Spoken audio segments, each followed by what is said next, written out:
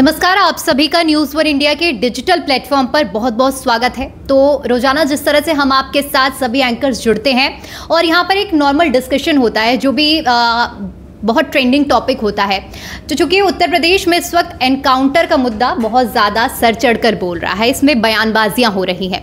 आज हम एंकर्स इस पूरे मामले को लेकर क्या सोचती हैं, क्योंकि राजनीतिकरण भी हो रहा है, इस मामले में सबकी क्या कुछ राय रहने वाली है, हम आपके साथ इस चर्चा के दौरान साझा करने वाले हैं।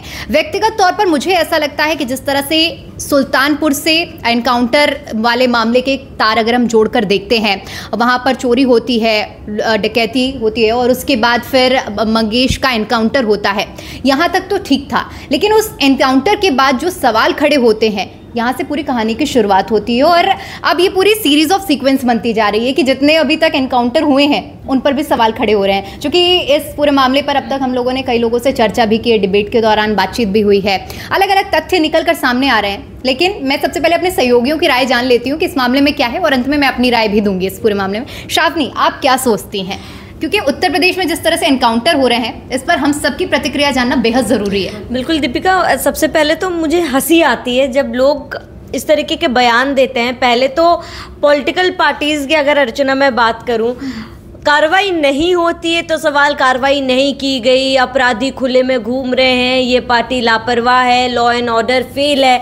और जब कार्रवाई की जाती है तब उसके बाद उस कार्रवाई पर सवाल खड़े करने लग जाते हैं कि इस तरीके की कार्रवाई क्यों की गई, ये कदम नहीं उठाना चाहिए था, तथ्य को छुपाया जा रहा है। और मेरा ये मानना है कि अगर एक अपराधी है और वो भागने की कोशिश कर रहा है तो उसको रोकने का क्या तरीका हो सकता है? एक ही हो सकता है कि उसको गोली मार दी जाए। अब जब सवाल ये उठाए जा रहे कि एनकाउंटर कर दिया गया, एनकाउंटर नहीं करना था, तो मुझे ये जानना है उन पॉलिटिकल पार्टी से कि इसका विकल्प फिर क्या था। अपराध को रोकने के लिए अपराधी अगर पकड़ में आ रहा है और उनके चंगुल से भागने की कोशिश कर रहा है तो गोली ही मुझे लगता है कि एकमात्र सहारा है कि अपराधी पर मारी जाए। ठीक है, और कोई तरीका हो सकता है अगर रोकने का, लेकिन और कोई तरीका नहीं बचता है तो लास्ट ऑप्शन यही होता है। मुझे लगता है कि अपराध को रोकना, अपराधी को रोकना बहुत ज़्यादा ज़रूरी है। ये नहीं कि आगे सोचे कि उसको भागने दो, उसके बाद हम कार्रवाई करेंगे, उसको कहीं से पकड़ के लाएंगे। एक बार जो भाग गया वो भाग गया। और यहाँ पर हमने देखा कि कितने साल केसेस चलते हैं। तो मुझे इस तरीके की बयानबाजी समझ में नहीं आती। दो तरीके की बयानबाजी मुझे बिल्कुल। देखिए, आपने ये बोला शालिनी कि जो भाग गया वो भाग गया, और सबसे बड़ी बात है कि अब आपने, मुझे हंसी आती है। अब लोग ये भी सोच रहे होंगे कि यार वो डकैत जो है उसके परिवार वाले आज रो रहे हैं, हम लोग हंस रहे हैं। भैया, हंसी इस बात पर आती है कि कैसे इस पर सियासत हो रही है, कैसी राजनीति हो रही है। और हंसने वाली बात इस बात पर भी है कि अगर वो नहीं पकड़ा जाता तो आप कहते हैं ये कैसी कानून व्यवस्था है, और अगर उसको पकड़ने के लिए कोई एक्शन लिया गया तो उस पर आप ये कह दे रहे हैं कि अरे वो तो यादव था, मतलब जाति देख के आपने जान ले ली। तो सबसे बड़ी बात ये कि अगर वहाँ पर जो ग्राहक बैठे हैं, जो कस्टमर हैं, या फिर जो पुलिस वाला है, वो भी तो दलित या यादव हो सकता था, उसकी जवाबदेही किसकी होती? तो चिंता इस बात को लेकर होती है। देखिए, और आज हम चिंता जिस बात को अर्चना, ये कहा जाता है कि अगर किसी पुलिस को गोली लगी होती तो कहा जाता है कि लॉ एंड ऑर्डर फेल्ड है, यहाँ पे पुलिस वाले को गोली मार के अपराधी चले जा रहे हैं और इनकी प्रणाली जो है वो विफल है, तब ये मुद्दा उठाया जाता है। बिल्कुल, इसीलिए आज हम चिंता इस बात को लेकर करें कि भैया सियासत करो, लेकिन जो सियासत का स्तर है ना, मुझे लगता है उसको थोड़ा मेंटेन करके रखो। इतना भी नीचे मत गिर जाओ कि आप अपराधियों की भी जाति खोजने लग जाएंगे। हालांकि मैंने जब डिबेट शो किया था तो उसमें भी कई सवाल उठे। बहुत हंसी की बात थी जब मैंने ये पूछा कि वो कहते हैं कि भैया योगी जी तो राजपूत जो अपराधी होते हैं उनको नहीं पकड़ते, उन पर कोई कार्रवाई नहीं करते, 63 लोगों की लिस्ट है। अच्छा, जब मैंने लिस्ट मांगी तो कहने लगे कि मैं लिस्ट लेकर तो नहीं आया हूँ। और सबसे बड़ी बात, अरे अगर सारे जितने नेता हैं वो अपनी अपनी जाति को लेकर अपराधियों के कास्ट सर्टिफिकेट उनको देने लग जाएंगे, आपको लगता है लॉ एंड व्यवस्था में सुधार आएगा? तब तो आप ही मानते हो कि लॉ एंड ऑर्डर को लेकर इतने बड़े बड़े नारे आप लोग लगाते हैं। अरे यूपी की जो आबादी बहुत कम नहीं है, आधे से ज्यादा जो देश उसमें समाया हुआ है, उसको इतना मेंटेन करना ये सबसे बड़ी बात है। लेकिन अगर क्राइम रेशियो बढ़ भी रहा है तो वो किसकी वजह से है? ये इसी कारण मुझे लगता हो रहा है कि सबसे पहले अपराधियों की जाति खोजो, फिर जाति खोज के ये सोचो कि क्या कार्रवाई की जा सकती है, और वो भी इस हिसाब से कि किसकी सत्ता है और उसकी जात क्या है।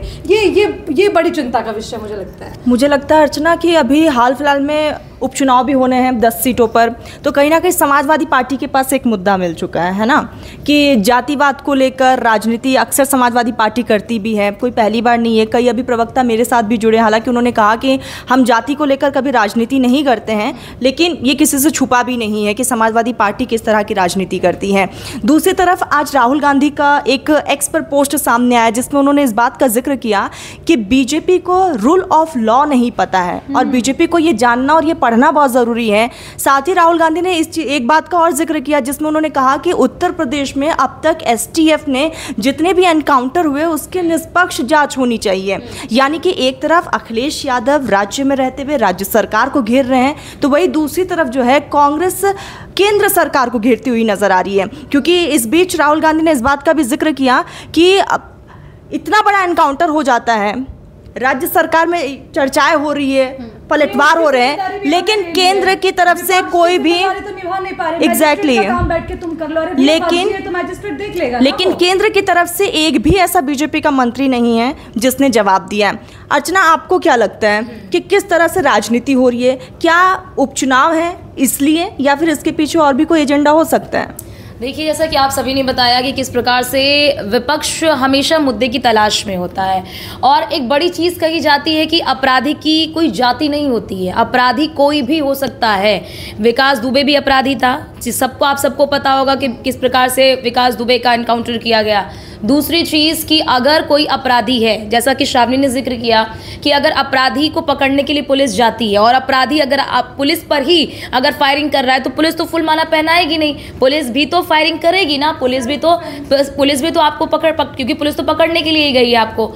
बड़ी चीज़ यहाँ पर जो मुझे लगता है तरन्नुम कि अभी तक अगर उत्तर प्रदेश की हम बात करते हैं तो 207 एनकाउंटर हुए हैं। उन 207 एनकाउंटरों में आप देखेंगे विपक्ष ने हर एनकाउंटर पर सवाल उठाया है कि ये है क्या, इसका आपने देखा होगा कि जब अयोध्या में हुआ तो उसमें भी कह रहे हैं कि अरे अल्पसंख्यक है इसलिए आप निशाना बना रहे हो।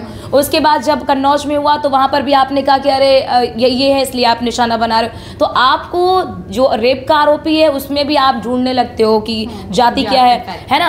आप ये नहीं देख रहे हो कि अपराध कितना जघन्य किया है, आपने उसको इग्नोर कर दिया, आपने जाति पर सवाल उठा दिया, क्योंकि इनको लगता है कि हमने लोकसभा के चुनाव में जाति का कार्ड खेलकर एक बड़ा मैंडेट हासिल कर लिया तो हम उपचुनाव में भी उसी प्रकार से मैंडेट हासिल करेंगे।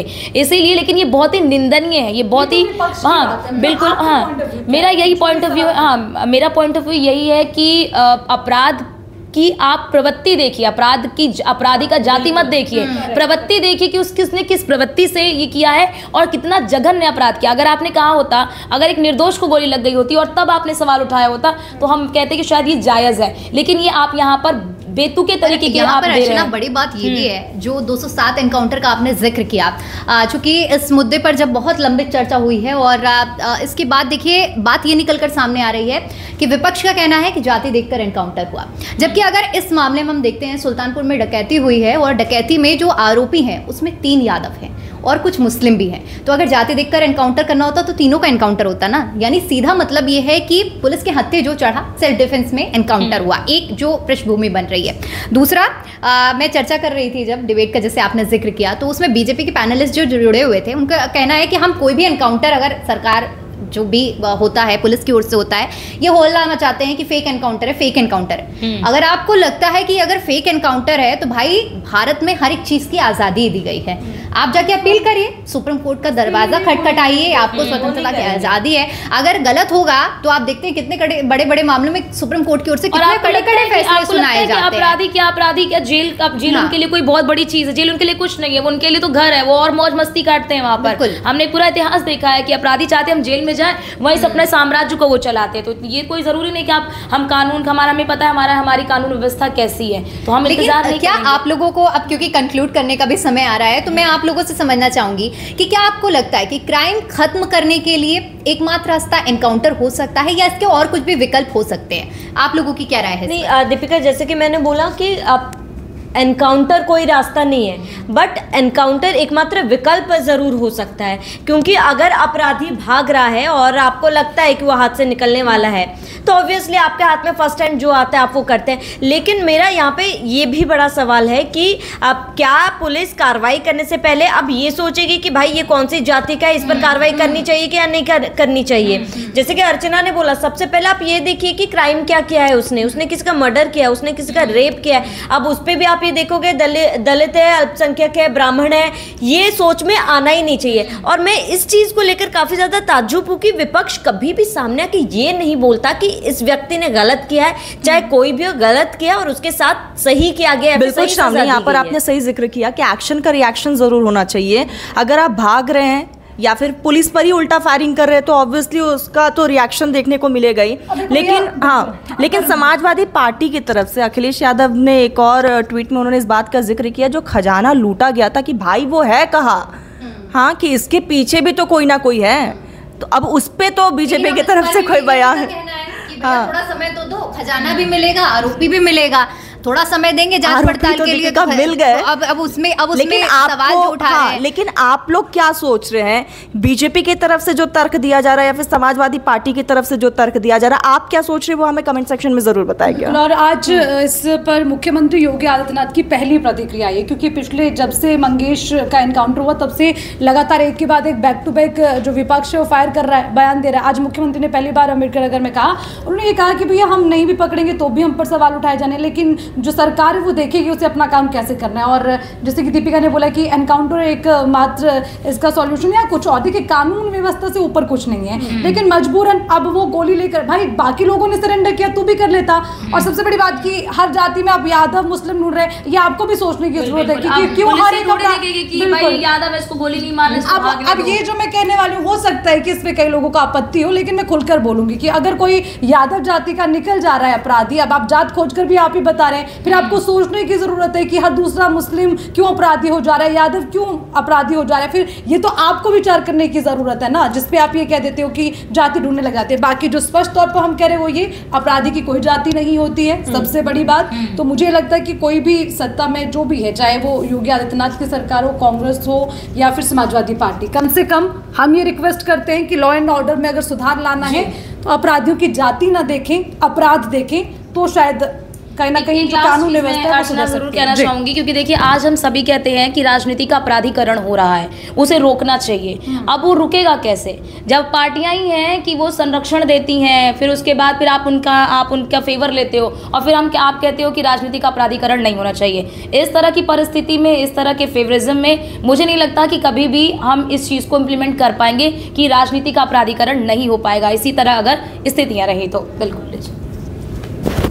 और चूंकि सभी लोगों को सुना आपने, और ऐसे में मतलब मेरा सबको सुनने के बाद कंक्लूजन ये है, क्योंकि हम जब अपराधी की अगर जाति ढूंढते हैं तो ऐसे में समझिए कि अगर ये जातिवाद वाला सीन पुलिसकर्मियों में आ गया, और अगर पुलिसकर्मी देखता है कि भाई मैं पंडित हूँ और सामने वाला अपराधी पंडित है, तो ऐसे तो कोई भी आरोपी नहीं पकड़ा जाएगा और क्राइम कभी खत्म नहीं होगा। फिर उसके बाद सवाल उठेंगे कि भाई जाति के तौर पर ये बख्शा जा रहा है, आरोपियों को बिल्कुल संरक्षण दिया जा रहा है। हाँ, आप लोग क्या सोचते हैं कि अपराधी की जात देखें या अपराध, ये मुझे लगता है सबसे बड़ा सवाल है। आप कमेंट सेक्शन में जरूर मेंशन करिएगा और हम आपके कमेंट्स पढ़ेंगे और उस पर दोबारा चर्चा भी करेंगे। हमारे साथ जुड़ने के लिए बहुत बहुत शुक्रिया।